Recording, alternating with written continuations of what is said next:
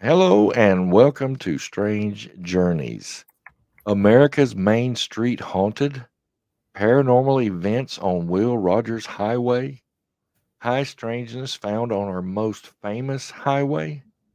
Route 66 has the lion's share of weirdness and oddities, but could there be something paranormal traveling along this iconic motorway as well? We're going to find out.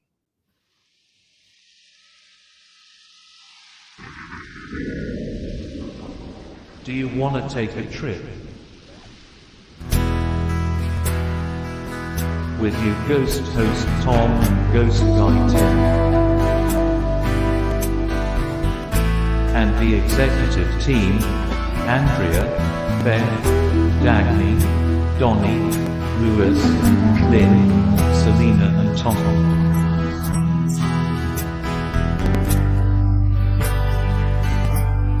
Are you ready? Here we go. Hello again. Thank you for being with us. I'm your ghost host, Tom Rouse, and that's Tim Shepard, the ghost guy. And we're Hey, going to be everybody. talking some Route 66 stories tonight. So just hang on. Remember, we provide these shows first and foremost for you, the watchers, for your entertainment. We are not by any means and do not claim to be scholars or experts in any of the topics we cover. And please remember this show is live and nothing is rehearsed or edited out later. What you see is what you get. And remember, you can help support the show, and all of the ways that you can support the show is in the comments below. You can support us on Patreon with a monthly gift, PayPal, Venmo, and Cash App. Links are in the description. But if you are watching on YouTube, please remember to like and subscribe. Click that thumbs up and subscribe to the channel. Like and subscribe to all these videos that Papa Tom made. Hit that notification bell up. My work here is done now. Yes, what he said. And I was thinking as I was watching it when he came to me a few months back and says, Papa Time, we got to make a new YouTube thing. I was like, okay. And when I was putting it up on TikTok, I, I'm I'm fool with TikTok that much, so I'm not that familiar with it. And so I didn't realize that I put Stranger Things theme song on it until later. And I'm like, oh crap. I hope I don't get in trouble there. Right. That's what I was just thinking. I'm like, that music Yeah. sounds familiar. Then you're like, oh, it's Stranger Things. I'm going, Yeah. are we allowed to I mean, use that? yeah, it wasn't until later I was watching. I was like, "Oh crap! I didn't mean to do that." But I think on there it's one of those. It's not even 10 seconds or whatever, so they don't really Right. care. Also, remember in the next few days, this show here will be available on Spotify, Google Podcasts, Stitcher, Pandora, and iHeartRadio. And I still haven't figured out what's going on with Stitcher and Pandora. I'm hoping it's still available there. But anyway, and because of that, because most of those are audio only platforms, we don't show as many pictures as we used to. So, There were 4 that popped up this week as new on Pandora. So I don't know how many new ones you put in, but this week there were actually 4 that came across as new episodes. And I'm going, those aren't the new episodes. no, they're new on there, and I'm going to tell about Right. that in just a second. But if you're listening on Spotify, there's a link down below where you can click it and leave us a message or leave us a tip. We would certainly appreciate either one of those. Please let us know you're listening. And also on Spotify, exclusively on Spotify, nowhere else. There, I have a new little mini podcast that I'm doing for the show, and it's called What Do I Know? Where I ask a strange question. I don't answer it necessarily. I put my suppositions, but anyway, it's called What Do I Know? And look for the red question mark on Spotify. And that's probably what you saw because I think I did 2 last weekend, may have done 1 during the week, but they're a little short, 5, maybe 10 minutes at the most, just little short, what do I know little shows. So, um, yeah, Look for the red question mark. I hope you can check that out. Let us know what you think about it because I'm just asking some strange questions. The first one was um, it's called ancient racism, where some of these people, like Giorgio Tsoukalos and Eric von Daniken and others, are being called racist because of their theory that they're investigating. You know, Right. and I want to know why. Why is that considered racism? So that's one of them. And then what's really going on? Talk about footsteps, some things that I've mentioned on the show here before that I just kind of wanted to focus on the question. You know, like what are we hearing when we hear footsteps? What are we seeing when we see these spirits in period clothing? So I Right. hope you check that out. Now our last show was the Mantis Man. Uh, that was a weird one. It was going to be weirder. As you know, I missed it. But Uh-huh. in our collection of Halloween masks, because we put on a haunted house in the yard for years, and then about 3 years ago quit doing so, is a full size mask of a mantid, Oh praying no. mantis thing that of all things, it's got mirrors in the corners of the eyes, and remember the periscopes when we were kids with the Oh little yeah, yeah, mirrors yeah. like that. This thing has done it so that it's on both sides, so you're Oh looking out no. the eyes, which are over here. It's really hard to to wear Oh it, but God. I was like, I'm going to find that, and I was going to, and then of course, my wife got sick, and we were in the Right. hospital. And I'm like, well, so much for going to look at it. But I was going to pop into the show wearing that. Oh, I wish you could have made that one, So, but yeah, that was a weird show. If you haven't yes, seen the Mantis Man yet, some strange stories. We didn't really, I didn't really see any, um, what can I say, evil or threatening type of right, things. I even questioned some of that. Was it, were they really exuding hatred and evil, or was that just because the person was uncomfortable and scared and seeing something that they was just so totally out of their purview that they had no clue? And right, could they take that fear as evil? I don't know. I'm right, not I'm not questioning that person's experience, but I'm trying to look beyond their experience to what they saw. Was it really evil? Because some of them right, it wasn't. And so, we tend to do that. How many times have you met someone and thought they were just mean and rotten to the core, and then right, down the road you get to know them and you're like, "Hey, you're not such an asshole after all." You right, "Hey, you're a pretty pretty nice guy," but sometimes on that first meeting, you get this vibe, and you're like, "Oh," and people have said that about me. You know, right, I, I thought you were a total jerk. Well, right. I may have been, but I'm still a nice guy. Right, And that's all I was doing was say, yeah, it was a shock to your system. Yeah, you were scared, you know, spitless, and you didn't know what to do. But that doesn't mean that that being was evil. You know, right, even the ones that were, say, the aliens on the ship. right, I mean, when the stories we're talking about being worked on or whatever, sometimes they were just like, "Oh, I'm here doing my job." They really weren't uh, exuding any kind of evil intent, just like, "I'm doing my job." And some of them even said that's what they picked up on, not that they were actually enjoying it or whatever. They're just like, "Hey, they're doing my job." So right, if you haven't seen that, go back. right. Go uh, back and watch it it is on Spotify. Let me or pull that up listen real to. quick. I'm gonna whoops, shit, that was the wrong one. Oh, there it is. I keep forgetting they've changed it.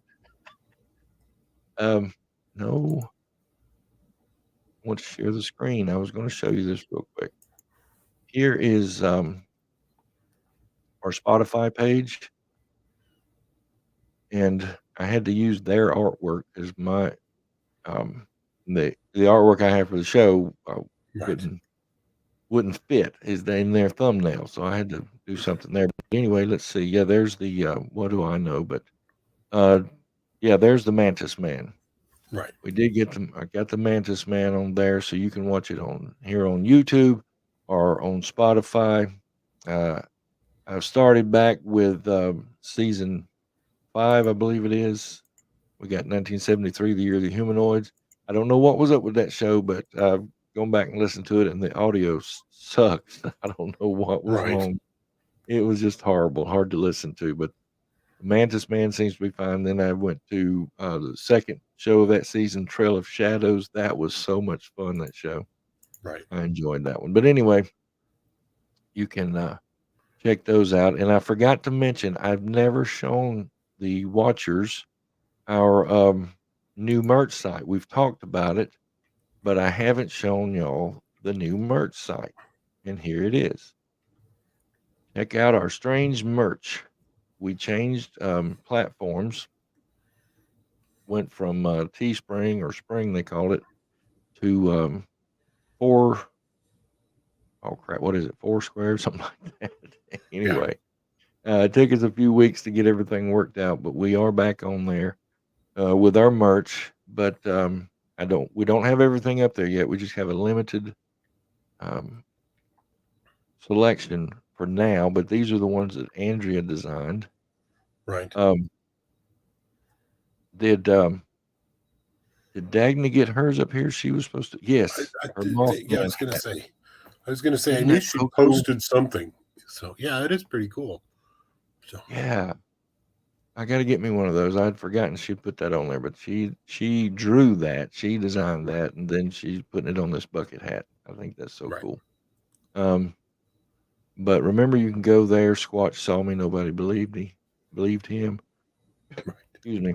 We're raising money to get my son's Right. music fully produced. My son that passed away a couple of years ago. So there's a shirt that you can get to help us with that.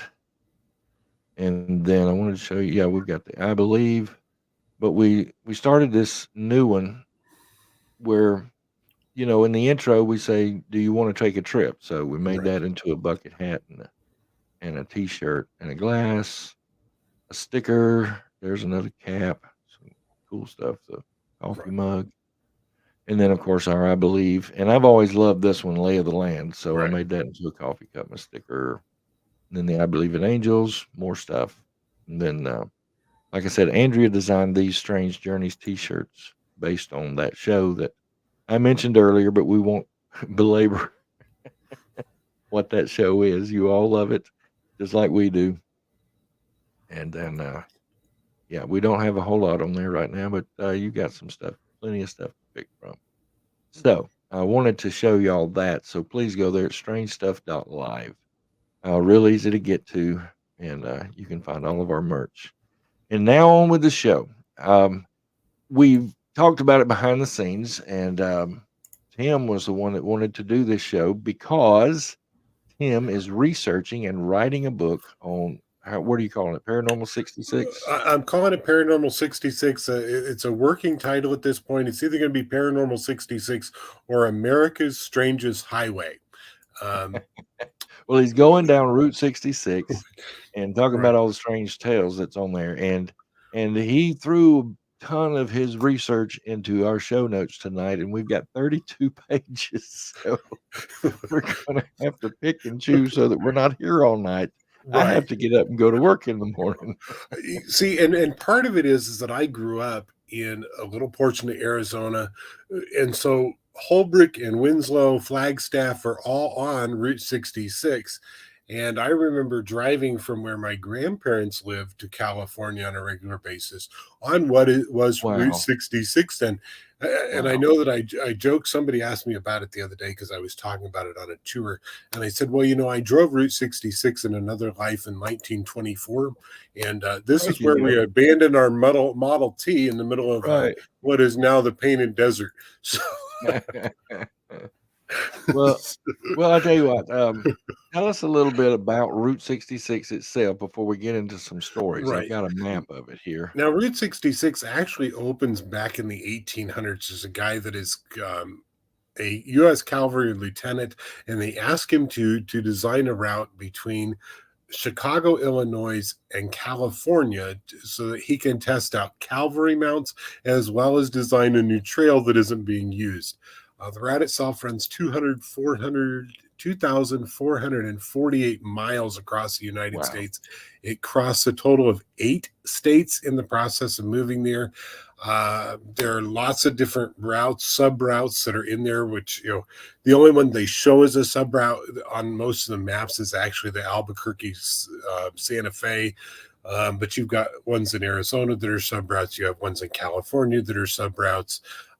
Lots of famous places that are still in existence today get their start on Route 66. You've got the Right. Chinese Theater in Los Angeles was on Route 66.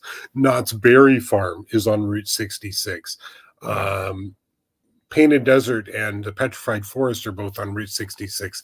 They wouldn't actually become national parks until Route 66 is already in place. The guy that pushes it the most is actually from St. Louis, Missouri, and he makes trips all over the United States trying to convince people that they need to build all these small businesses and they've got to put in all these neat little attractions. By 1933, I think it is, it's finally paved. When they started out, there was less than 300 miles of the entire trip paved. Wow. Less than 300. Yeah. So between 1919, when the route is officially named Route 66, and 1933, they pave all of that. John Steinbeck, in his book Grapes of Wrath, is the first person to call it the Mother Highway. Right. And he talks about that it's a mother highway because it's the place where the Midwest gives birth to the big cities. And I was like, that's kind of an odd way of putting it. In the 1940s, you get the very first version of what is it? Get your kicks on Route 66. Right. The Rolling Stones. The Rolling Stones have even done the version of the that. Rolling Stones covered. It's featured in the movie Rain Man. The Eagles talk about it when they're talking about standing on a corner in Winslow, Arizona. Because Winslow, Arizona is right on Route 66, and that's the corner that they're at is actually Route 66 highway. That's so cool. So there's so much history behind this particular area. And for me personally, like I said, I remember driving on Route 66 before it became I-40 in Arizona. Route 66 went through there. And I remember things like hotels that were shaped in the form of teepees, and a place that was a Flintstones village, where bedrock had sprung up right next to the road. Traveling past the London Bridge. The Painted Desert, and the giant dinosaurs from BP's famous dinosaur there. I can't think of what his name is. Right. And that was not the only dinosaur that we saw. We saw lots of them. In fact, there's a place in Winslow now that has most of them from the state of Arizona. They put them all in one place. This collector, as Route 66 died, went and gathered them all up and brought them back to where he is in Winslow and has got them on display. You can't walk through the display because he's got it all fenced in. And if he's not there that day, there's no way to get up close to see them other than through the fence, but they're close enough to the road that you can take pictures of them.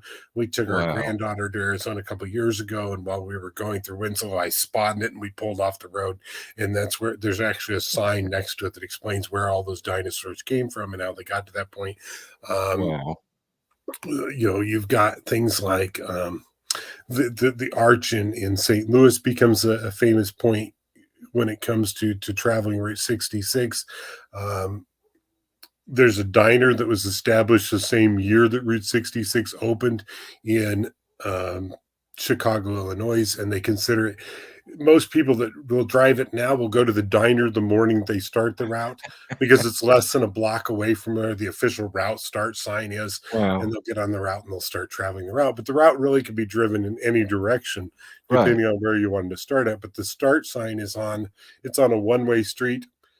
And the ending sign is on the same one-way street facing the wrong way. So nobody's going to see it the way they're coming in because, of course, it's a one-way street, but the sign's facing the wrong direction. It's just really cool kind of unique history that happens with it. Well, yeah. And we forgotten about it because of the fact that what happens is we get in such a hurry in the 50s, 60s, and 70s that they begin, under Eisenhower, begin building the interstate highway system, 95 and, Wow. I-70 and, I-1 and I-5 and all the ones that are out there. That's under Eisenhower that does that because Yeah. Eisenhower had this idea that the highway system needed to be more like the Autobahn.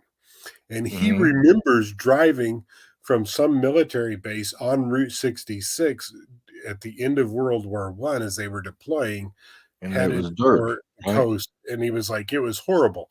He's like, Uh-huh. this was the worst route we've ever gone through. And yet we deployed our troops on it. We need something closer to the Autobahn in Germany. Let's redesign it. We're going to do the Right. interstate highway system. Um, which kind of took away from it. There has been a resurgence in recent years of people starting to get interested in the routes again and Right. trying to take this particular route. And it's neat to see as they're progressing with this, how many of the original stops have become stops again. Mm. Things like there's a whale that is out in the middle Oh, of the yeah. pond, a cement whale, and it makes the news all the time. It's been featured on what is it? American Pickers of all things has gotten on there. That's out in the middle of the pond in Tulsa, Oklahoma. Uh, Right. you've got a place in Tucumcari where there are wigwams that are designed as a hotel that they. Mhm. I've So there's seen lots that. of places that are starting to pop back up. The ice Well, caverns in New Mexico, and yeah, but Route 66 basically gave birth also to Americana. it What did. we call Americana, these little, Right. that are strictly, American, you know? They don't happen in other places like the what is it, one that's shaped like a UFO and, Right. the teepees, bedrock, Right. buildings, The giant coffee cups and the giant donuts and everything Exactly. that we threw at Route 66. Those don't dinosaurs, I Right. mean, that started on Route 66. Right. All And that. Now it's all over. that's all thanks to, I know his first name is Cyrus and I can't think of what his last name is offhand, but he gets together and he starts traveling what will eventually be Route 66, and he stops in every small town and he gathers up the businessmen and says, we're going to put a major highway through here. This is going to be, it's going to come right through Mhm. through your main streets. And so that's where it becomes the main street of America, because it is going right Right, down the main street of most of these towns. He's encouraging them, put in theaters, put in, hotels, make sure that you've got right. attractions so that people have a reason to stop and spend money. Mhm. You know, um, it's the reason that we have gas stations today. Most people don't even realize that, because the first gas Right. station is in St. Louis, Missouri, is where the first gas station is actually done after Route 66 is open. Prior to that, you would go to the grocery store or your general supply store, hardware store, a blacksmith, Mhm. and you would buy these jars or cans that had gasoline in it, and that's Right. how you bought gas. And what happens is that changes thanks to Route 66. Oh, yeah. Henry Ford is a big contributor to Route 66, because the automobile was not attainable to the normal person until he comes along with the Model T and says, we Right. can put out 53 of these a day, with this Yeah. factory line.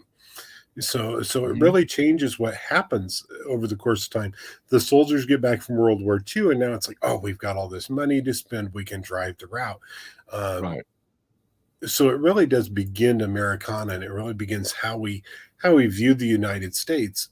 Because Mhm. lots of people would talk about, oh, I'm going to go on my vacation. I'm going to drive Route 66. Oh, yeah. I So mean, that's been like the ultimate road trip for road trippers, you yes, know? exactly. I mean, you drive Chicago to Southern California on Route 66, the ultimate road trip, and, I mean, it was so popular that they even made a TV show out of it. Right.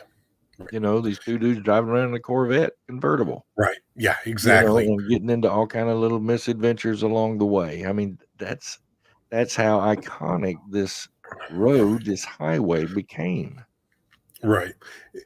And as I was looking at that particular show, the interesting thing about that is none of it is actually filmed on Route 66. Not, not a single stop. Some of it is filmed in Toronto, Canada. Some of it Yeah. is, but none of it is filmed on Route 66. But it is a detective show, which made it this hugely popular Yeah. show at the time.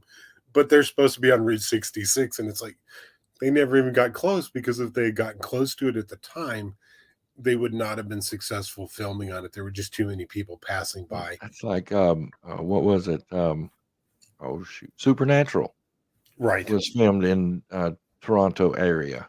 You know, right, when they were supposed to be going into Mississippi and Louisiana, we're watching it like, no, that's not. right. Especially in something. Oh, there was one Criminal Minds show that to me this was the ultimate. They were investigating some cult in South Central Alabama, Right. and it was supposed to be like an hour north of the coast, and they showed a map, and the map was nothing like it is down here. I mean, it was totally screwed up, and I'm like, who was their prop master that threw up Right. such a bad map?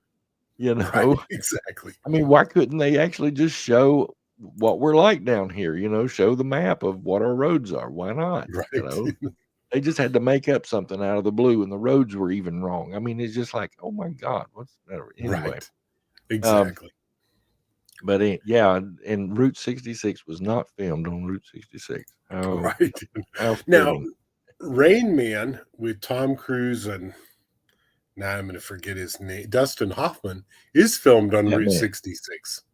What's Ah, that? that man. That's actually filmed on Route 66. So, Hmm. and it makes history because of the fact that they film it on that, and the hotel they stay in, they say that room is booked like 6 months in advance.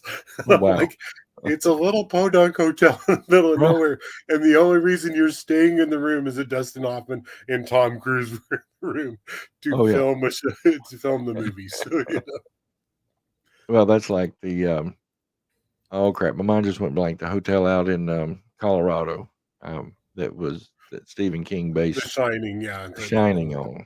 right, I just my mind just yeah, went blank. It does. We do this every time, Tim. We think of right, something and then we can't get the details. We forget the right, details every time. I want to say the Biltmore, but that's not it. I know that's wrong because the No, that's Biltmore's not it. It's Biltmore's the out east somewhere. right, But yeah, it's the same thing. People want to go there because that's where The Shining was filmed. But anyway, well, you got to admit, with so much strangeness and oddity and weirdness already on this highway, paranormal things are going to happen. I don't know if we'll be able to get to it today, but one of those little spurs, the little offshoots that Tim talked about earlier, is in Arizona, right? Arizona, Um, yeah, and it's the sixth offshoot or spur off of Route 66. So they named it Route 666. right, And I don't know if it's because of that or they picked a weird area, but there's some really strange stuff happened on Route 666. right, Now it is connected. So if we go there, we're not getting off topic because it right, is a spur off of Route 66. But the first one we were talking about just before we got on the air, in our show, The Axe, Jack, and Holmes, we talked about H.H. Holmes and the right, possibility of these axe murders in Texas, right, Jack the Ripper and H.H. Holmes in Chicago. There's some evidence pointing that they could have been the same person. Now, there are several people who've come out here just recently saying they have conclusive evidence as to who Jack the Ripper was. But I know at least 3 of those are different. right, But every one of them say, "We have conclusive evidence. We have proven who right, Jack the Ripper is," and it's always different people. We tell the story down here of Flory Maybrick. Flory Chandler, she was married to James Maybrick, and they just recently had a big showing here where this woman's written a book, and she's proven that James Maybrick was Jack the Ripper because of his journal that was found. Now, that journal was found by a great grandson or something like that. And there are questions about the journal. Right. So, but those people that take it for true say that that's proof positive that James Mabry. Tim, weren't you telling us about one here recently? We've talked about the one that traveled back and forth across the country, Mhm. from 1896 or 97 until 1913. But it was an axe murderer. He was involved in Villisca, Iowa. And they Right. have a theory that he's a serial killer that travels back and forth. That at one point it was like, well, they didn't really execute H.H. Holmes. He later becomes this serial killer, and they're now calling the man from the train, which I'm like, I don't know if that's true. Well, the thing And with H.H. Holmes, he was seen in Texas. He had regular business in Texas, and so Right. they're thinking that before he ended up in Chicago, that he was in Texas, and he could have been the axe murderer down there. But my point is, it could have been anybody. And Right. H.H. Holmes, they actually only convicted him for what, one murder? 6. They 6? get him on 6 No, total. wait a minute. He confessed. He confesses to 28. Right, but some of those were still alive. Yeah, of the 28, some of them were still alive. They Yeah. didn't. Yeah, I think they arrested him on one. they arrest him on one. Yeah. His business partner. They convict him for 6.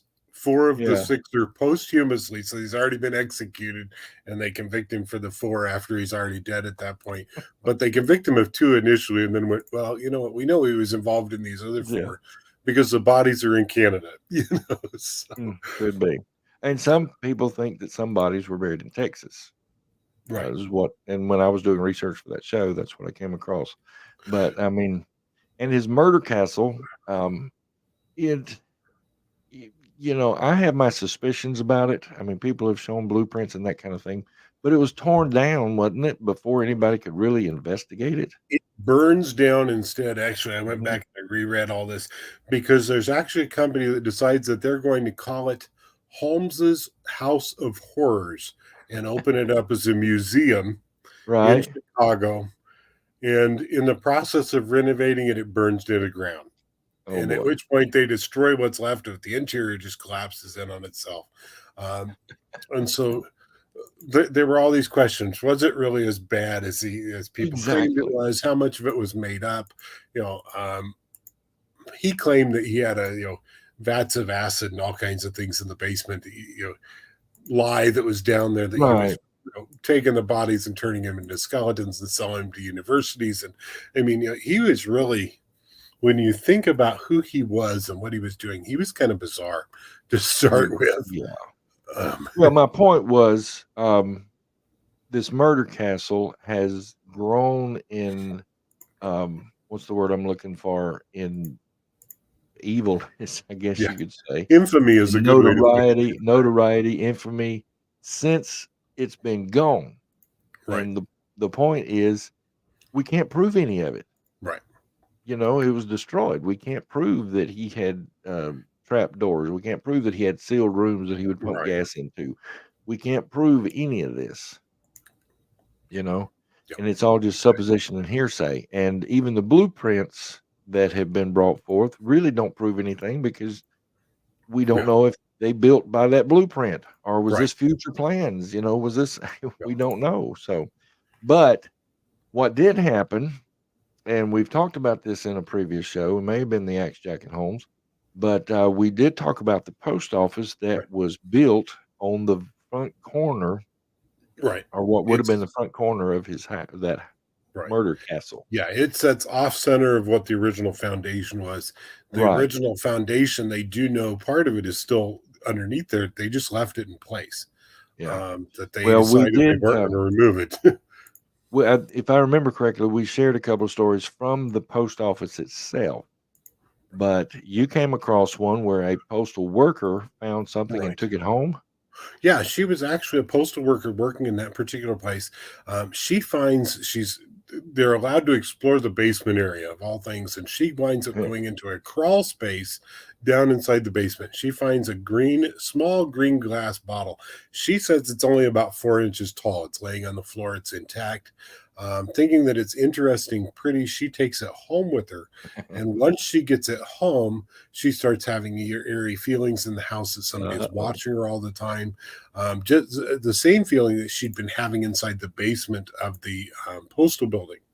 Mm. A couple nights later, she wakes up with scratches running up and down her legs, Wow. which sometimes can be explained. Sometimes we scratch ourselves and don't realize it. She says that the final straw with that particular bottle is she feels somebody's hands grab her in the middle of the night and jerk Wow. her all the way out of the bed and onto the floor. Wow. And she remembers coming off the foot of the bed and hitting the floor. So she takes the bottle and she puts it back in the basement. And then she calls a priest to bless her in the apartment. Right after that, the haunting that she had been experiencing actually ends. But she's been very careful. She still says she still works for the Postal Service and she does not take anything home from that building. Well, that you reminded there was some other one. I can't get any clear details on it now, but we had another story about someone being pulled out of the bed. I don't remember where that was from now, but back to the scratches. Lynn and I have a new puppy, and so we have scratches all over our arms and legs. Exactly. The new cat we have, the kitten, doesn't do that. But the puppy, when she's jumping all over, she's got those little sharp nails. But you reminded me, we just watched the Booth brothers, Christopher St. Booth and his brother Phil Adrian, I think is his name. Anyway, I shared. We were speakers at a paranormal conference several years ago. I met Chris St. Booth, and we've been following his movies ever since. He's got a new one. It's available on Amazon Prime and Tubi now, called The Attached, and that's exactly what that whole. It was set up kind of like a mini series, but they've put it all out there where you can watch the whole thing at one time, and they talk about different objects that something was attached to and they had to deal with, and so that's what it sounds like. This one is this lady found this little green bottle. Yeah, and the crawl space, based on where the layout that she describes, would have actually put that crawl space as part of H.H. Holmes's basement inside that building. So it's very possible that if she brought something home that was attached to her from being in that basement and being attached to that bottle. Well, I mean, did I know they kept some of the foundation intact? Did they keep the basement intact? I guess there's big portions of the basement that are still intact, according to local ghost hunters and investigators. There's lots of the basement that is still down there. They just left. So why you leave it intact, I don't know. But it really don't make sense, on the backside of it. What's that? If they're going to be rebuilding, I don't. That's just kind of strange. Well, let's go on to the next ghost story. Now, like I said, folks, Tim's writing a book, and I think he put he tells me he didn't even put all his research in our show notes, and we've got 32 pages. We're not even close to what I have, because as I was explaining to you, I think I'm 60 or 80 pages into this already. I've got, my ramblings at the beginning, then I've got the history of the road. I am not even out of Illinois yet as I'm writing this. So I put a lot into this already. I still have huge amounts of research that I'm still going back and pulling up. Well, watchers, just rest assured, we're not going to sit here and do a marathon Strange Journeys, okay? Right. We're going to go over some cool stories, and we'll come back for a part 2 down the road somewhere, okay? Right. But go ahead with your next one. We can jump over to the Rialto Square Theater in Joliet, Indiana. Joliet, Illinois, excuse me. Joliet is now considered a suburb of Chicago. It would not have been part of the city of Chicago when Route 66 took place. The Rialto Square Theater. I'm sorry. They have a law on the books where you have to pronounce it Joliet. Yes, it is. So. Yeah, exactly. And so when Joliet opens up their theater in 1926, it seats approximately 3,000 people. Wow. It's a massive building that is still in place. It was considered at the time one of the nation's top 10 theaters in the country, even beating out higher theaters in Chicago and New York. It was a vaudeville theater to start with. Today it is used for a children's theater program. They do some ghost tours in it, lots of different concerts. Ghost Hunters, the very first season 1 with Taps, the original group, all the way back when it was Jason Dawes and Grant Wilson and all that, do an investigation inside the building. They come back, after going through all their evidence, and they went, this place is definitely haunted.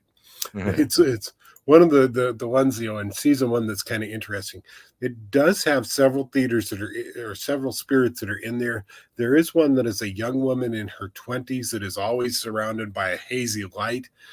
She's been reported by customers, actors, and staff alike as floating throughout the theater. Some people think she's actually a performer that just refuses to leave the theater. There are 2 spirits that are reported to be in the theater's balcony level. Now, this is where ghost hunters caught their evidence, was that they caught a man in the balcony level that they had on film. And they think now that that's probably one of the two that are up there. Local legend says that they fell from the balcony into the floor below. It's about a 50-foot drop. There's no actually documentation to back that up.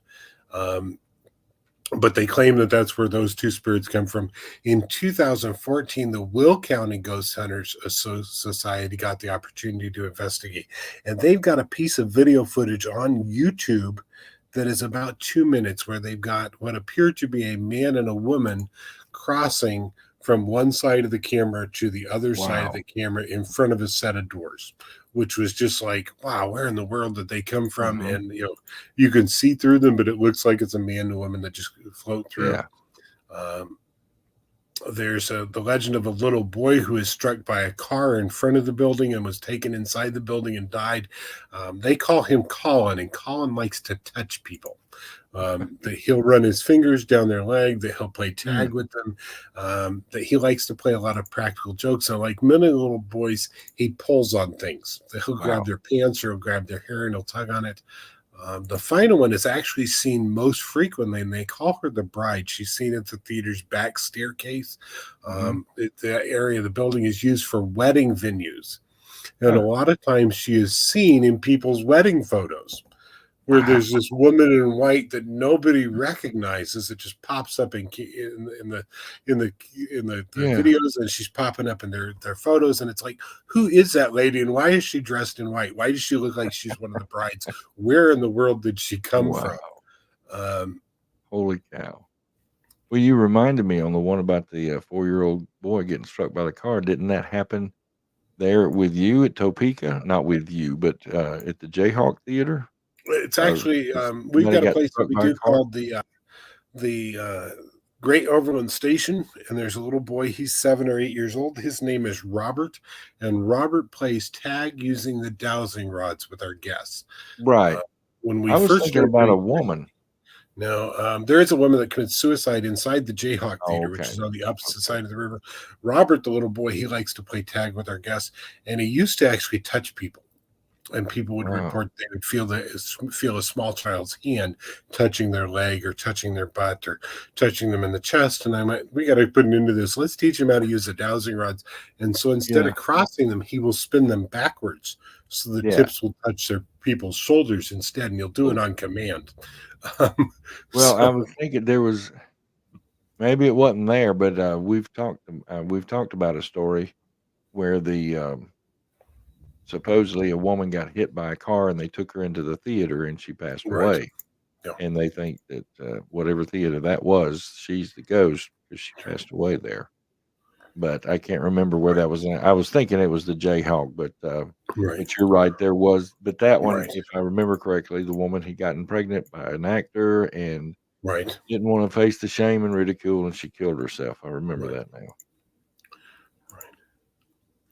Now, cryptids has been kind of hard to come by while I've been doing this, because I've been trying to focus in just on the areas around the highway itself and keeping it as Right. close to the highway as I possibly can.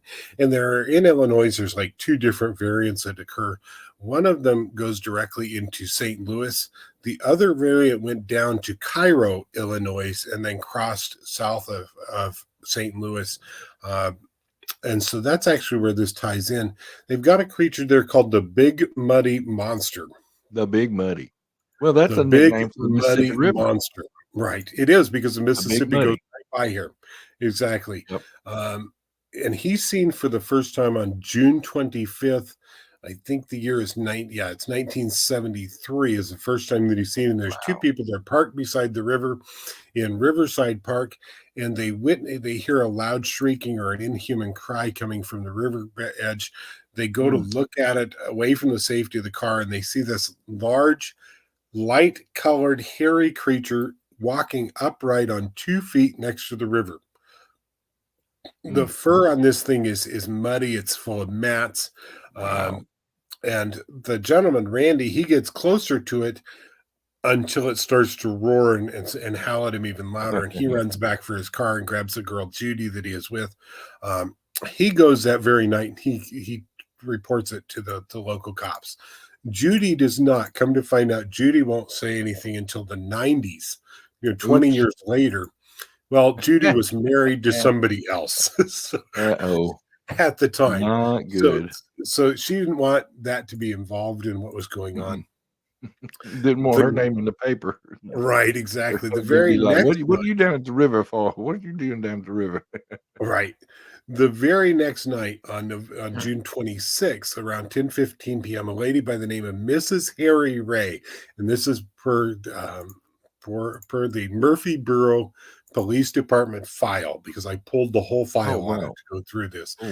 It's approximately, the file's about 120 pages. There's lots of material here. Wow. This thing has been seen so often.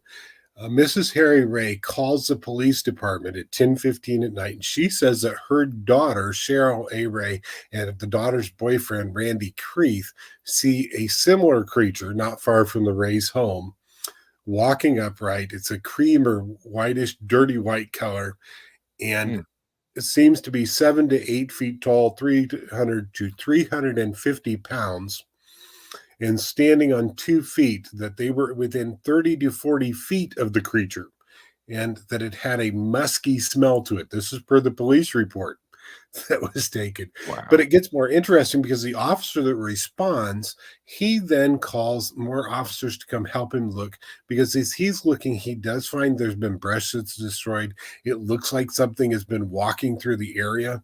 They get a hold of dogs about an hour into the investigation and turn the dogs loose, these bloodhounds loose on it. Wow. And it chases whatever this is towards a building, towards an old barn. However, the dogs will not enter the barn. The trainer gets upset. He throws both dogs physically into the room. And when he does so, the dogs race back out. He could never explain why the dogs had so much fear they wouldn't enter the building. As a side note to that police report, the Ray's neighbor, a man by the name of Dave Barrell, when they go to question him, tells officers that about 10 minutes before Mrs. Ray's phone call to the police, that his child came into the house and said that it had seen a very large ghost in the backyard. Wow. But he had dismissed it as, it's just a kid's imagination. They're just seeing something that's not really there, until the police come and ask him, what do you see? From that point forward, it is seen at least through the mid-70s, like every 2 weeks. I mean, it makes national news. It's in the New York Times. It's in Florida papers. It's in Texas papers. It's in the LA Times. They're looking for information. And part of the file that I went through, there are letters from monster hunters telling them how to get rid of this thing or what it could be. There are postcards from children with drawings on them. I mean, there's all these kind of wild things because it's captured the nation's imagination. Right. Now, the furthest that the creature is seen towards Route 66 is both in the Cairo area, and then in 1978 is seen in St. Genevieve, Missouri, on the opposite side of the Mississippi River. So it can swim. What's that? It It can can swim, swim. obviously. Yeah, yeah. And the interesting part about that is that this is another couple that is parking right next to the riverbank. Uh-oh. Go figure. Um, but they see what they describe as a dirty white creature walking along the riverbank. It's about 8 foot tall, weighing between 300 and 400 pounds. Mm. The guy, Raymond Guy is the man's name. He stops the car. He gets out because they've just left wherever they were parking. And he goes to get a closer look. But when he gets within about 40 feet of it, the creature turns to face him and lets out an unearthly shrieking cry that scares him so Mm. badly that he trips over himself several times trying to get away from the monster Yeah. and get back to his car. This is the one that they actually had pictures of what looked like Wow. giant footprints next to the river. But because enough time had passed, it was washing the footprints away. Right. So it's like, okay, well, is it really? But the people along the river still claim that it's there. People will go out looking for it now. We're going to go find the Big Muddy. Yeah. Let's go find the Big Muddy monster. And they get out there and they're searching for it along the riverbank. Well, it reminds me of what's been seen here in Alabama, the Alabama white thing, and then the Right. blonde Bigfoot just up the road from where I live. You know, and then you were talking about the little boy. What was that? Right. Where was it? Yeah. A child came into the house. There was a large ghost in the backyard. Right. There's a The large night, ghost in the backyard. yeah, the night of the Pascagoula abduction. That very night, a little 3 or 4-year-old boy came in telling his mother that there was this gray, wrinkled goblin or something out in the yard. The very same night, and that where that boy was at is just a few miles from where I live. You know, but it Yeah. was the same night as the Pascagoula abductions, and when they described a wrinkled gray goblin monster thing, it actually was reminiscent of what they wrote and and shared their experience. Yeah. You know, so all right, let's go on from the big muddy monster. Yeah. Well, we jump over from there, we cross into Mississippi or into Missouri. And Missouri is kind of one of these interesting places. We'll only do one from Missouri because we've got a couple in there. I know that we're limited sort of on time. You don't want to be up all night. I don't want to be up all night. Zombie has actually become fairly famous. In fact, I think I watched like 15 different videos on Zombie Road Right. that are really impressive. It was originally built in the 1860s to transport logs down to the Merrimack River. A few years later, they actually put a railroad bed over the top of this road that they've created, and it's used until the 1930s. Today, it's called the Lower Ford Road. It is for pedestrians and bicyclists only, and it is closed from sunset to sunrise. Wow. So you're not supposed to be out there. You can actually get in trouble for being caught out there. And there's lots of legends. Oh, it's an old Confederate burial ground. There's an Indian burial ground. There's railroad workers buried there. There's industrial workers. There's steamship captains. I mean, the list of legends about why this place is so haunted is incredible because it's like, there's no real true source of where the hauntings come from. Right. One of the oldest stories talk about this is a serial killing ghost. And this one blew my mind because people still believe it's a ghost that is a serial killer, not a serial killer's ghost. Right. It is a ghost that is a serial killer. Okay. And it's a local legend that says that if you go out there at night, this person that is out there will attack those traveling the road at night, either with an axe or a chainsaw, depending on which generation you hear the story from, and that they will drag the body off into the woods and dump it. Oh, wow. But they claim that there have been hundreds of people killed since the 1860s on this particular stretch by this ghost. And I'm like, okay, wait a second. It's kind of bizarre. Corroborate. Right. So they've turned the legend a little bit and kind of made it kind of interesting as it goes on. One of the biggest things that you hear is you actually hear on a lot of the videos is woman, young women or a teenager screaming in the woods. Wow. On a lot of these videos, that there's just somebody screaming bloody murder that is out there. Mm. There is a woman that talks about she and her aunt were out there. Um, they'd been horseback riding all day. They decided to walk part of the trail that evening as it was starting to get dark, and they started hearing screaming off to the side of them. They went to go look at what was going on. Yeah. They never left the path. But she feels something on her legs, and her legs start to hurt. And when she pulls her pants up, there are now no holes or tears anywhere in the pants, but she's got what looks like something has taken claws and just clawed down both of her legs. Mm. She never can explain exactly where those claws come from or how they get there. It just scares her to death. And that's something that lots of people have said. They don't leave the path, but right after they hear that screaming, it's like their legs just begin to ache, and they look down, they've got claw marks or scratch marks down both legs, like something is trying to drag them. And so the theory is that it may be something that was actually killed on the road that is trying to pull that person with them and be like, here, you need to come with me. You need to protect me, rescue me from whatever is happening along the way.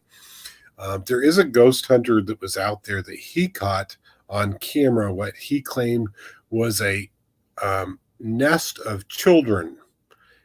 He described it as having a pale red light around it, and it looked like the writhing bodies of kids rising up out of the ground. And he's one of those that purports the theories that there's all kinds of kids buried on there.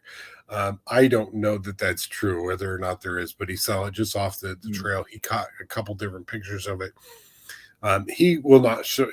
When he does this, he actually makes a report to a St. Louis reporter just before Halloween time, but he never shows the photos to the reporter. I'm like, okay, if you're going to claim that you got a photo, show the photo, so the rest of us can look at it and go, this may or may not be true.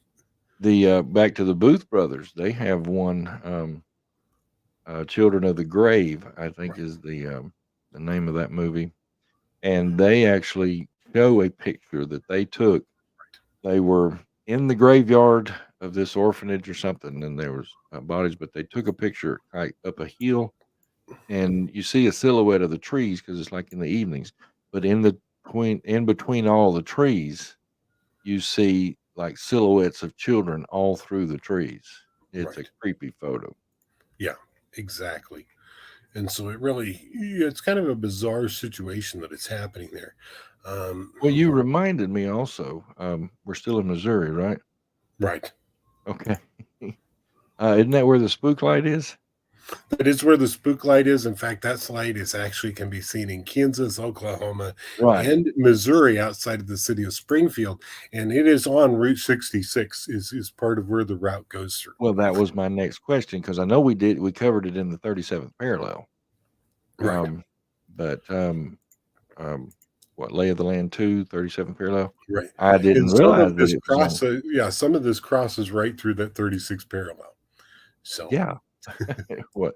Well, it's what, 30, was it 3 degrees there that it covers the swath across the United States? Right, 35, exactly. 36, 37, or 36, 37, 38, something like that. And it covers, but yeah. So the spook light is on Route 66. Right. Wow. Or can be seen from Route 66. Right. Is it? Exactly. It can be seen from Route 66. In fact, it's seen in Galena, Kansas from Route 66. Kansas is kind of different when it comes to Route 66 because it's the shortest portion of the entire route. There's only 13 miles of Route 66 in Kansas. Cut off the lower corner there? Right. They cut off the lower corner. They come 6 miles in and then go down 7 miles or something. I mean, it's kind of a weird way they did it. But wow. Wait, let me see if I can find that here. So, in Waynesville, Missouri, you've got a Phantom Rider. Oh, I see that on the map now. Right. Yeah, it's a very short one. In fact, it's kind of surprising how close together Springfield and the hauntings in Kansas are related to each other. Just because of Springfield, you wind up with the Wilson's Creek National Battlefield. And as I was doing research on this, I actually called the National Battlefield at Wilson's Creek, and they told me there are no ghosts there. They're not allowed to tell you ghost stories from Wilson's Creek National Battlefield. I had the same thing going into the Museum of Mobile one time, and Right. he wasn't this. He was like head of security or whatever. It's like, no, we don't have any ghost sightings around here, but Right.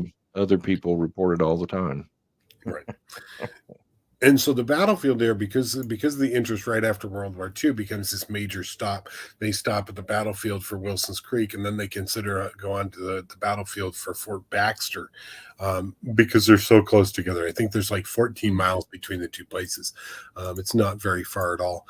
At Wilson's Creek, what happens is it's actually the very first battle that is a major conflict between both the Confederates and the Union soldiers. July 13th, 1861. You've got a Union unit that is made up of like almost 7,000 soldiers sitting there about 75 miles away. You've got General Sterling Price's Confederate unit of 5,200 men that is gathered down there. And then he winds up being reinforced by another 7,000 men coming out of Texas. And for whatever reason, Nathaniel Lyon decides to attack him anyway. And the two forces actually meet up at the place called Wilson's Creek. And the battle lasts for, I think it's 5 hours. It's not a very long battle at all. It results in the very first general from either side to be killed. Wow. Because Nathaniel Lyon is killed about 9:30 in the morning. It's considered a Confederate, or it's considered both a Confederate victory and a Union victory in the fact I don't know who you talk to, huh? Right. Well, what is the Confederates considered a victory for them because the Union retreats. The Union considers this a victory because what's really happening is that the Confederates are trying to take Missouri. And the Union stops them at that point, says, no, you're not going to continue on very much further. Lots of hauntings on this particular field. You've got the sound of cannons blasting, gunfire going off. There is probably what is maybe a residual haunt that has been going on for decades, where they talk about they're down fishing right next to Wilson's Creek, and there's a group of soldiers that will come through that are Union that splash through the creek, and they go down the creek a little ways and then disappear into the woods. The first time that it's really recorded is back in the 50s, and the guy says, he says that he was fishing with his uncle, and the uncle went, something's not right. There's no sound. All the birds had stopped making noise. Right. There's no sound of footsteps. There's no twigs breaking. There's no splashing of the men as they walk through the creek. And yet they walk right in front of them. Here's all these Union soldiers, and they get up off the hill. And as soon as they're out of sight, all the birds start chirping again. There's sound. It's like, okay, wait a second. Now all of a sudden we've got sound again. What happened? And guests throughout the park have talked about it for decades, that they're at that exact spot. And so lots of them are like, oh, it's a residual haunt. It's just a memory because it's not interacting with anybody. Right. It's just happening.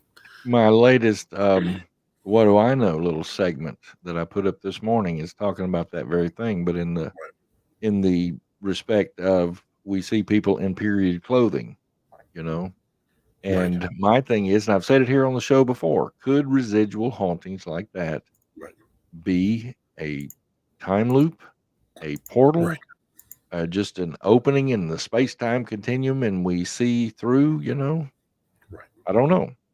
But I mean, to me, it's looking more and more. The more I hear about residual hauntings, the more I think that may be what's going on. Right. That we're seeing into their life. We're not necessarily seeing their ghost. Maybe we are. I don't know. I'm just saying that the possibility is we're looking through this little portal and we're seeing them go about their business that day. But who knows? It could be because, if you got a regiment of soldiers walking through a creek, did all of them die in that creek? Right. You know, And probably not. Wilson's Creek is kind of a weird battle anyway, because I participated in the reenactments of Wilson's Creek. There were no uniforms for the most part. And Right. so, at that point in time, and so when you go out there as a reenactor, you're literally doing what happened during the real battle. They would get within shouting distance and be like, "What side are you on?" And then Yeah. pull the trigger. And so Oh my God. so it's probably not a great way to do battle, but it's like, which side are you on? Oh, you're Yeah. on the other side. Yeah, we're going to kill each other now. Yeah. Well, what do you ask the question, but you don't tell them whose side you're on, you know? I mean, Right. it's Exactly. it's not fair. Right. You know, you're Confederate guy. Who are you with? Well, Right. I'm the Exactly. Union Army. Okay, boom, I shot you. Yeah. Well, who are you? Well, it doesn't matter now. I got the shot off first. Oh boy, that's crazy. Yeah, because it I know, is. especially in the South, there were not a lot of uniforms. No, not to start with. Well, I mean, you got to think about it. The Union Army was the United States Army. They already had uniforms. And the Confederate Army was brand new. They were having to come up with all this from scratch. Right. So, I mean, it didn't matter which side you're on. That's just some basic facts of that war. You know, the South was not prepared for war. No, you know, they weren't. And the fact that they did what they did is still simply amazing. Yeah. Anyway, I'm not going to get off on that. Let's go. Yeah. Like you said, lots of people would leave Wilson's Creek and go to Baxter Springs, and Baxter Springs is about, like I said, it's about 14 miles away. It's not a very long drive away. In fact, the Battle of Baxter Springs lasted less than 25 minutes, if I recall right. It just happens to be that William Quantrill and his group of raiders in 1863 are headed south to Texas. He's got 500 men with him. They encounter a wagon train out of Fort Baxter. They attack the wagon train. The wagon train retreats into Fort Baxter. He's got Fort Baxter outnumbered about 5-1, and they start to attack the fort. The lieutenant that is in charge of Fort Baxter then pulls out a 13-pound howitzer and keeps them at bay. They retreat from the field, decide they're going to leave it alone. They've got all these treasures that they've stolen from the wagon train coming out of Fort Baxter, and they're going to take with them. And they encounter another general. It's General Blunt, who is on his way to Fort Baxter. Oops. And he's got 100 men with him. And Quantrill's men overtake him easily. Blunt and only 12 other men survived that particular encounter. Wow. So Quantrill's men just massacre this entire group and then continue riding as fast as they can. The discussion between Quantrill and his lieutenants, let's go back to Fort Baxter. Now we know they don't have any reinforcements coming. We'll take care of this problem here and now. And Quantrill goes, we've got wounded. There were approximately 30 of his men wounded. We're not going back. Let's keep going to Texas. They took the spoils with them and they disappear. Fort Baxter, in the meantime, sends people out and they dig graves for a mass graveyard. Most of the graves were unmarked of all these men that died on that field that day, including 85 Union men. You've got about 28 to 30 of Quantrill's men, and then whoever died in Fort Baxter as well. They bury all in the same place. And of all things to do, they forget where the graveyard is. Oh, no. It's not marked. And in the 1880s, the town of Baxter Springs starts building about 8 miles from where Fort Baxter is, and they build right over the top of this graveyard. And didn't even realize it. It's not until some farmer a couple years later is plowing his field and plows up a body that they realize that that's where the graveyard is. Oops. And in 1883, I think it is, or 1884, the United States government then moves all those bodies that they can get to because there are houses on top of it. Baxter Springs is considered one of the most haunted places in Kansas at this point, mostly because their residents talk about that they see Union soldiers, United States Civil War soldiers, walking past their houses or looking in their windows, walking up the stairs of their houses in the middle of the night. There's an employee at the museum in Baxter Springs who talks about they were struggling with a very large, heavy box trying to get it upstairs when all of a sudden they felt hands helping them. And the box became much lighter, and they were able to carry it up by themselves. Holy cow! That's an unusual one. Right. And I mean, when does that happen? I mean, it's just that's Yeah. wow. That's cool because that Yeah. rarely ever happens. Yeah, yeah, you don't usually get a ghost that is helping you. And he says that you No. can feel other hands, that there's somebody else trying to help him carry those boxes upstairs, which is pretty Wow. cool to have happen. There's a little girl in Baxter Springs who is dressed from the late 1800s in the middle of East Avenue, which is a busy avenue through there, and she's playing hopscotch in the middle of the street. People Wow. see her all the time, and she doesn't move. The cars are Mm. passing through her, and she's still playing hopscotch. And she'll jump like 3 or 4 feet, 3 or 4 spaces, and then she just disappears. And the entire encounter with you usually lasts like 4 or 5 seconds. Holy But cow. they That's see wild. her all the time there, which was That's just some crazy. unique ones there. Yes, You know, 'cause exactly. yeah, I mean, even that one, how many times do people, you know, we may hear reports of children running or laughing and playing, but this one Right, girl specifically playing hopscotch in the right. street. That's Yeah, that's exactly. that's one of the most specific ones I've ever heard. Right, That's exactly. wild. You know, that I mean, you come up with 2 here that I've never heard before. Yeah. Those And are people awesome. see her. People have swerved their car to miss this little girl on the road. Right. It's like, you know, so to me, it was really kind of interesting to read that, because here's this, ghost that is just playing hopscotch. She didn't care that Yeah. anything is going on around her.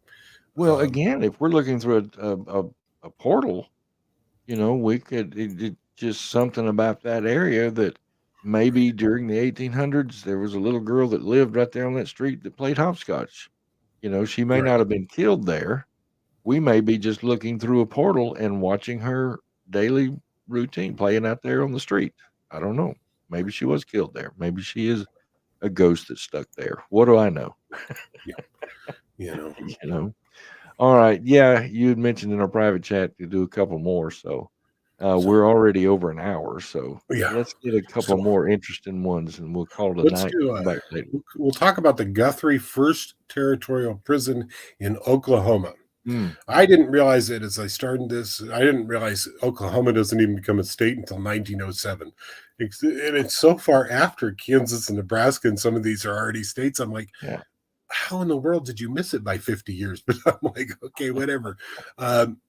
What happens is they actually open up the first federal prison in the Midwest in Guthrie, Oklahoma in 1892. It's considered to be escape proof. The walls are Sure. 18-inch thick with brick and limestone. The prisoners called it the Wow. Black Prison just because of the dark color of the limestone. It had no insulation. The winter times it was cold. Um, Prisoners are dying of flus, and they've got respiratory Oh my infections. God. The summer times they're Mm, dying of dehydration. It's so hot inside the prison. The mm. Dalton gang actually spends time inside the prison here. Wow. All 3 of the brothers are involved in that one. They've got another one that is named Bill Doolin. Doolin actually escapes the prison in 1896 and then is shot in 1902 by a U.S. Marshal deputy who has his body taken back to the prison and buried on the prison grounds. Hey, we got you back. You're Yeah, not escaping yeah. this time. Exactly. Now, this was the one that was kind of odd because it changes hands several times. First, it becomes Mm. in 1907, it's sold to the Church of the Nazarene, Oh, and wow. they convert the building over to a church, and they use it until the 1970s. It then is Mm. abandoned until 1991 when this cult takes over. Oh, wow. And they are a cult in every sense of the word. I mean, their leader believes she is Christ reincarnated, and I mean, there's all kinds of things that are Mm. going on. But they got in trouble over a legal battle about children. Wow. Over the years, there have been lots of paranormal activity inside the building. People talk about they hear children's voices singing and playing, Mm. both inside and outside the building. There's a metal door that is heard banging closed, but there's only one metal door remaining in the building from the prison Mm. days. And people will be standing right next to it when they can hear a door somewhere else in the building that is banging.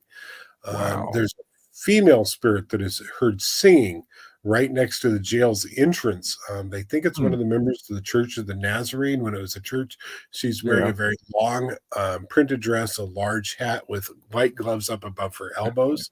She is sometimes seen crossing the grounds and crossing Noble Avenue, headed towards the old prison building. So right close by. Their most famous ghost, though, is a man by the name of James Phillips. And he was a prisoner that was sentenced to execution in 1907. According to the legends, he's actually standing in his cell window day after day, looking out as they're building the scaffolding that they're going to hang him from right across the way. On the day of his execution, the guards enter the cell and find him dead on the floor. The official coroner's report said that he died of fright. As I looked into this more, it's actually called stress cardiomyopathy. Yeah. There's actually a term for this, which was really interesting. Shortly after his death, prisoners talked about they heard footsteps inside of his cell, and they could hear him crying, even though there was nobody occupying the cell. Lots of people still say that they look at the basement floor windows and that he's standing inside the room that would have been his cell, and that they can still see tears streaming down his face as he's standing there looking out at the street. Even though it's changed hands so many times over the years, it's like, for him still to be stuck in that place and to be crying the entire time. Well, I mean, what you said of him dying of fright, the emotions can kick in some cardiovascular problems. I know right after I got the notice, the message that my son had passed, I started having chest pains. So I got into my cardiologist as soon as possible, and we told him what was going on. Lynn was there with me, obviously, and he said, "This is very real. It is very valid."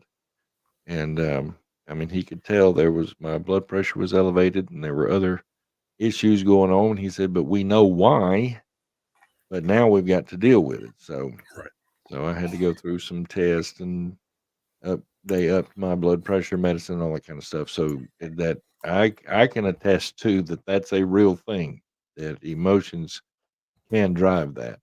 So, well, what I had mentioned this in our chat group about a time slip on Route 66. Do you have that ready? I do. I sure do. That actually happens in New Mexico. There's a little town in New Mexico. Is kind of weird. Of all the states that the Route 50 or Route 66 ran through, New Mexico has less than 5% of the original highway left. Wow, less than 5%. I mean, it's almost all gone, and most of that is only passable by 4-wheel drive. So you really can't even get off on most of that. However, Route 66, when it split off, you could either go to Albuquerque or to Santa Fe, and then you would come back down to make a triangle outside of Santa Fe. And it went through a little town called Madrid is where it went through. And Madrid is actually established in the 1860s as a coal mining town. And it is hugely popular in the 1919s. There's a man by the name of Oscar Huber. He takes over for the railroad companies and the coal mining companies. He gives the people there unlimited electricity, free health care, good schools, a company store, a place to distill alcohol right in the middle of the Prohibition. When Prohibition is over, he actually builds a place called the Tavern, and it was actually called, what is it? It's called the Mine Shaft Tavern. It burns down in 1944. He rebuilds it. Their claims to fame are they have the longest bar in New Mexico. They are also listed as number 6 on the top 10 green chili cheeseburgers in the state, according to USA Today and Sandwich America magazine. The film Wild Hogs, I think that's, what is it? John Travolta and Alan. Yeah, Tim Allen. Part of that film takes place in this. The bar from the television show Longmire is inside this tavern. So you can imagine what's going on here. But there is an odd thing that happens in the mid 80s. There's a woman who tells a story that she and her husband are in the process of moving from Santa Fe to Albuquerque. And the very first night they leave Santa Fe late at night, as they're passing through, she needs a restroom, but there's nothing open at this time of night. It's about 2 o'clock in the morning. Her husband says, well, we can just pull over and you can do your business next to the road. And she's not having that. She says that she No. can hold on a little bit longer. And as they pass through Madrid, she notices that all the lights are on around the Mine Shaft Tavern and that there are cars parked outside. Now, at the time, the legal time to stop serving alcohol in New Mexico was 11 o'clock. It's now 2 in the morning. They pull over. The doors are unlocked. They go inside. She rushes off to use the restroom. The husband goes to get a drink. And when she comes out, the husband doesn't seem quite himself. And he points to a mural that has been painted on the wall. On the mural, there's a group of men. They're sitting around a table playing poker. There's a woman serving people at tables. There's a bartender mixing drinks. And as the woman looks around, she realizes that the people inside the tavern are the very people on the mural on the wall. Wow. And it freaks her out. They both leave. In fact, she grabs her husband's hands and pulls him out of the tavern. And no sooner are they outside, all the lights in the building go out and the cars are gone. They race away from the building, and a few days later she returns to Santa Fe by herself to go get more of their possessions. And as she's on her way, she's passing by the tavern. It's the middle of the day. She pulls in. She goes and talks to the person that is bartending at the time, that is a young lady, and the young lady is completely confused. There's no mural on the wall. Oh, wow. The bartender says that it's just her and her dad working there, and it certainly would have been working at that late at night. Yeah. No one knows for sure if it really happened or not. Where did they really see the mural? The people, though, that interviewed her said that she is very much aware, and they think that she's telling the truth. They think that she stepped in there, and that there was some sort of time slip or something that connected multiple dimensions all at once. And she was seeing the tavern as it could be with a mural, Right, while they were inside the tavern with the people that were painted on the wall, which was just really wild. I was like, come to find out, the lady is like a doctor. Her husband is like a neurosurgeon. They're very reputable people. And it's like, why would they make something like that up? I have heard this story before, and Right.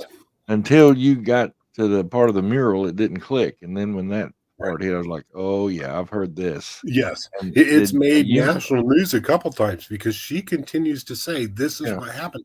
You know, we're now almost 40 years after the event. She's still saying, this is what happened to us. Wow. I don't remember if it was on a show. I seem to think it was. Somebody tell them, because I think I remember seeing them reenact it, but yeah, that's wild. That is so cool. Yeah, they could have pulled into a time warp, Right.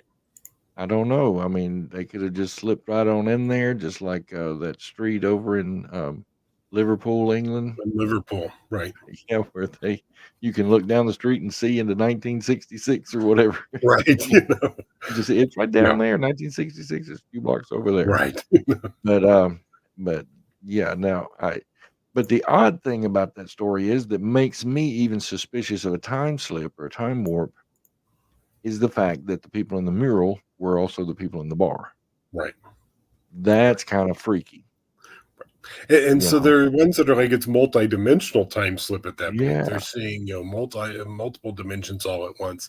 And I was like, that's an incredibly insane theory, but okay, let's go with it. So it works as good as any other, Right, exactly. So yeah. Oh wow. Tim, these are awesome. You've hit me with a couple tonight that I'd never heard before. The spirit helping them up the stairs with the trunk, and the little girl playing hopscotch. Right. And I'm looking forward to getting finished with this. I know that we've talked about, when the book comes out, we'll do another episode of Route 66, because we haven't even scraped the surface tonight. No, like you said, more than folks. 30 pages worth of stuff that I was like, we could do this, and we could talk about this, and we can, oh, wait. Yeah. Well, you know how it is when we get to talking about something, and we go off on our little rabbit trails. Right. But yeah, we've got to revisit Route Right. 66. This has been amazing. Like I said, you brought in a couple that I mean, I've heard ghost stories all my life, but this one about the spirits helping the men with the Right. heavy trunk up the stairs, I've never heard any ghost Never heard story of like that before. never. And Right. the little girl doing hopscotch. I mean, Right. we've seen, or well, I would say we, experiencers have seen little kids, Right. but just one going through playing hopscotch. I've never heard of that. You know, I've heard people mention I saw kids, but they say they hear them running and laughing.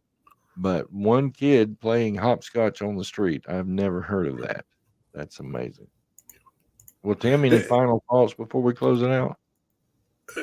Like I said, I've had a lot of fun with this. We're going to have to revisit this. Maybe we'll even just jump in, plan 2 weeks out, and we'll be like, we're going to come back to this again, and then we'll come back to it again when the book is done, so we can look at it. Because there's lots of unique stories as I've been going through. I'm like, wow, I got to include that. I got to pull this across. Oh wait, Yeah. we got to include this one.